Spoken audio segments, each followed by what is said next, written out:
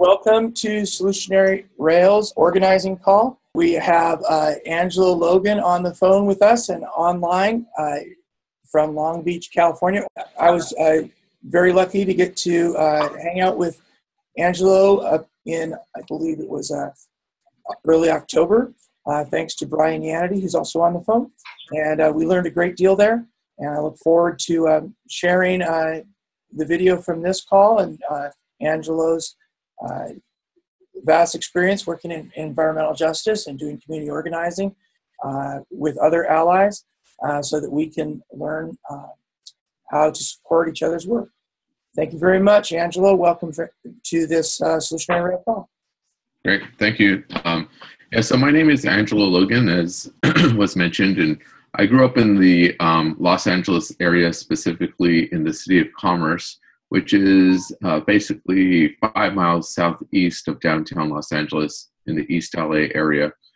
I grew up in a neighborhood that has 4 rail yards within, a rock's throw of each other. And actually my backyard was adjacent to Union Pacific rail yard called the East Los Angeles Intermodal Facility.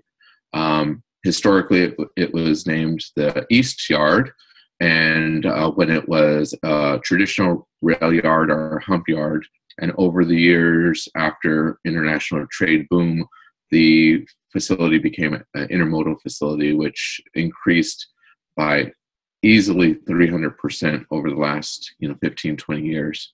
So this is the area in which I grew up in. I literally Fenceline to an intermodal facility. And really just down the road is another major intermodal facility called the Hobart BNSF, which is, as I understand it, the largest intermodal facility of its kind in the nation. And it handles about 2.2 million trips a year coming in and out of the rail yard, which basically means that it's bringing these containers into the rail yard, loading them on the trains and leaving and grabbing more containers to load on the train. So in other words, to say that there's a lot of truck and train traffic in the neighborhood. And so as I grew up in the neighborhood, later in my younger adult life, what I experienced was that there was escalated level of both asthma, bronchitis, and lung cancer. And a number of folks in our neighborhood, on our block specifically, became ill with lung and throat cancer. A number of them had never smoked a day in their life, never worked in an industry that had been an exposure in the work environment that could create or should create that type of health consequence. So as these folks started to diagnose with cancers, we started to ask questions in the neighborhood. And at the time I was working in aerospace as a mechanic, and started to get more involved in the question around air quality and whether or not the local environment, specifically the rail yards in the neighborhood, were at fault for these health issues. And so a number of neighbors and myself got together and formed an environmental justice organization called Eastyard Communities for Environmental Justice. That was in 2001. And we started to become more familiar with the issues around diesel exhaust and exposure and the role that locomotives and rail yard equipment plays in that. And what we learned from that is that our neighborhood has been exposed to extreme levels of diesel exhaust, and the source had been these rail yards and these locomotives specifically. And so we started to partner with organizations and academic partners to learn more information about the issue of diesel exhaust, air pollution, and public health. And what we learned over a short period of time is that diesel exhaust is a major health issue for anyone exposed to diesel exhaust. And in 1997, the state of California actually determined diesel exhaust to be a carcinogen.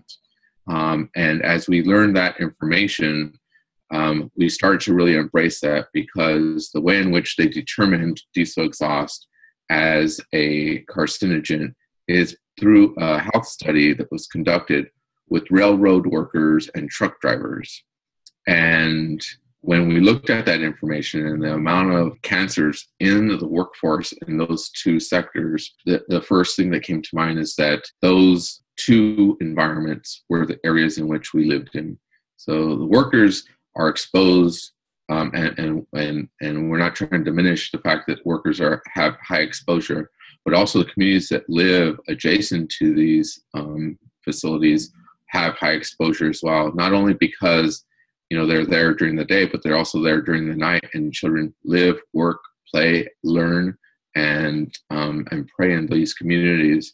So really unless you move, there's no escape from this diesel pollution. So, we started to really launch a campaign to address diesel exhaust and reducing diesel exhaust in our local communities in Southern California and in California in general. And we worked with a number of other organizations locally based in San Bernardino, in Riverside, in Wilmington, and in Long Beach to figure out a solution for this. And one of the things that we did was to introduce legislation in the state of California to reduce the amount of diesel exhaust coming from these locomotives specifically. And it was a 3-year legislative campaign. We were pretty successful in moving it through the legislature, but when it got to the governor's office, and at the time that was Arnold Schwarzenegger, the lobbying outfit that was working on behalf of the two Class 1 railroads of BNSF and UP were very successful in persuading the governor to strike a deal with the State Air Resources Board in exchange for not signing the bill. And one of the things that came out of this deal was that they would do more studies. And of course, we were not satisfied with that. But what they were required to do was to do health risk assessments of the rail yards in California. And so they conducted those, and in 2007 or so, the state of California released the health risk assessments, which are basically assessing the cancer risk around the rail yards. And what they found, at least in the City of Commerce, was with the 4 rail yards there, that the cancer risk was about 140% higher than the rest of LA County area.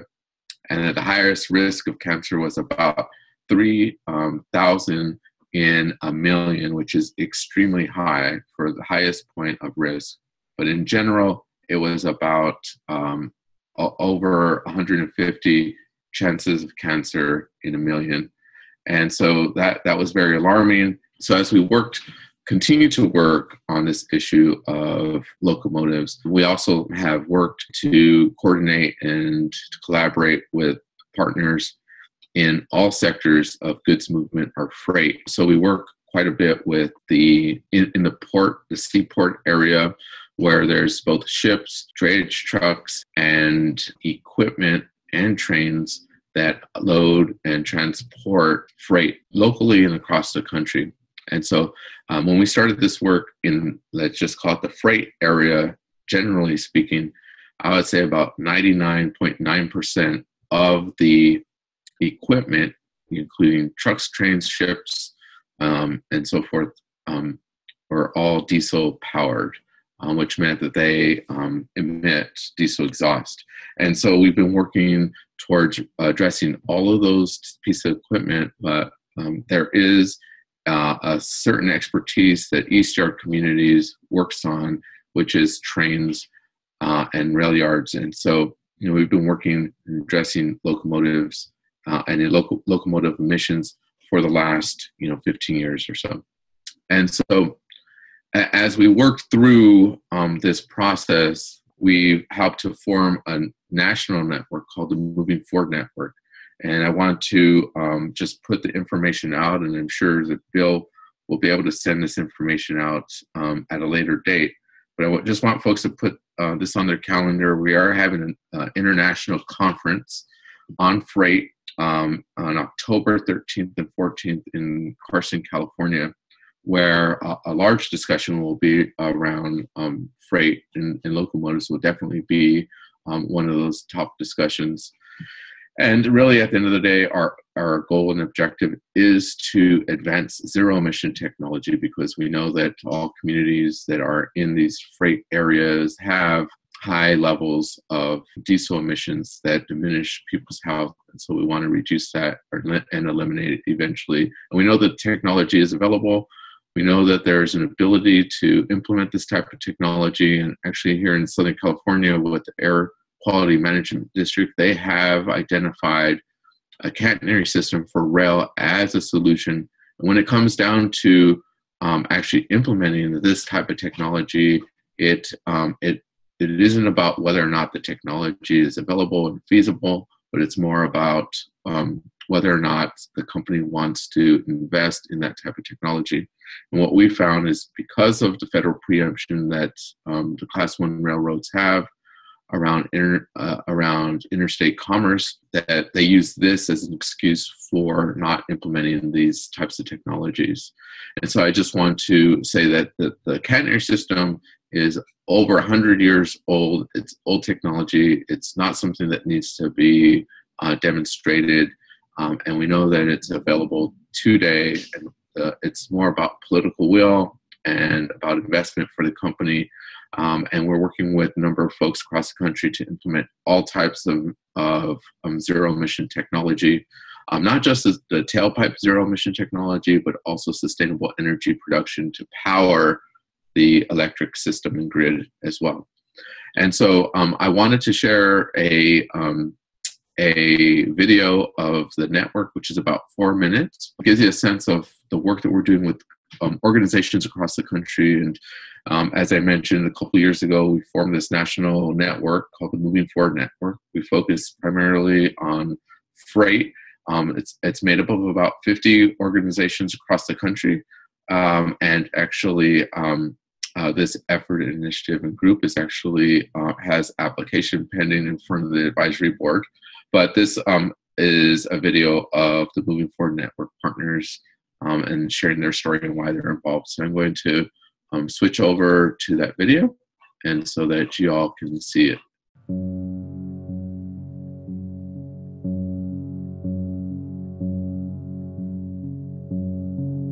What was defining to me was the trucks and the gray skies. You know, when you're a child growing up, you don't realize that isn't normal. All of these strange smells when you wake up, and always hearing the trucks going down the freeway and boats from the port and hearing the trains. West Long Beach is part of the area that's known as the diesel death zone.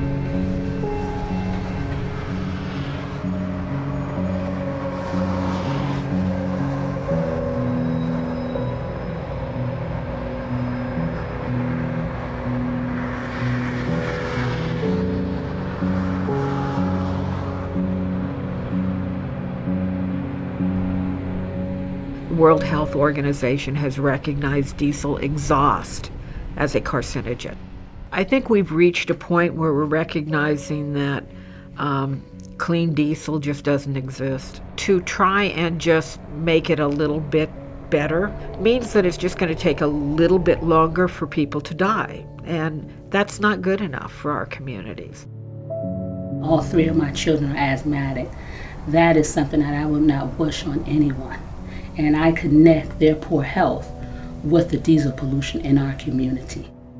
It's always shocking to people when we tell them how many trucks actually go by an elementary school. You know, over 300 trucks in 1 hour. It's unacceptable to be spewing these poisonous, cancerous emissions into our communities for our children to breathe. I live in the community of Manchester in the East End of Houston. It's one of the most polluted communities within the city of Houston. It's completely surrounded by industry and rail yards, one of the busiest highways in Houston, which is the 610. I grew up with asthma. I had nosebleeds almost every day. I didn't understand that that was connected to the environment. The first time I heard about diesel being a carcinogen or even impacting my health, there was this huge conference in Kansas City, Missouri, and I realized they were going on a toxic tour, and it's in our neighborhood. I know a lot of people with asthma and illnesses around here, and so That's when we were thinking, okay, we need to do something about this.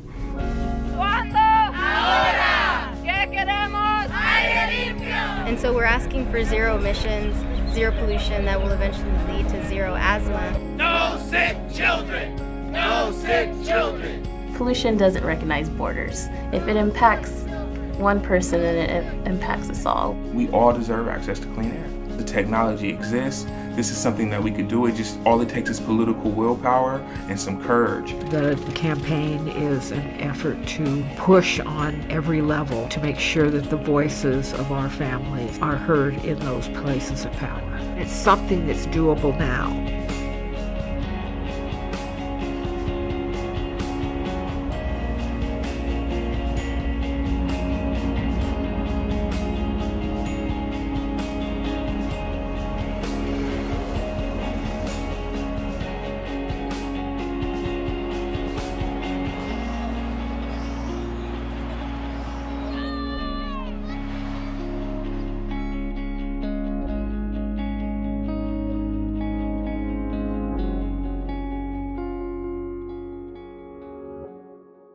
So I just want to say that there are opportunities for advancing this catenary system for locomotives, not just in the Northwest, but also in Southern California and across the country. I think there's opportunities in both the freight sector, but also in the transit, for public transit sector as well.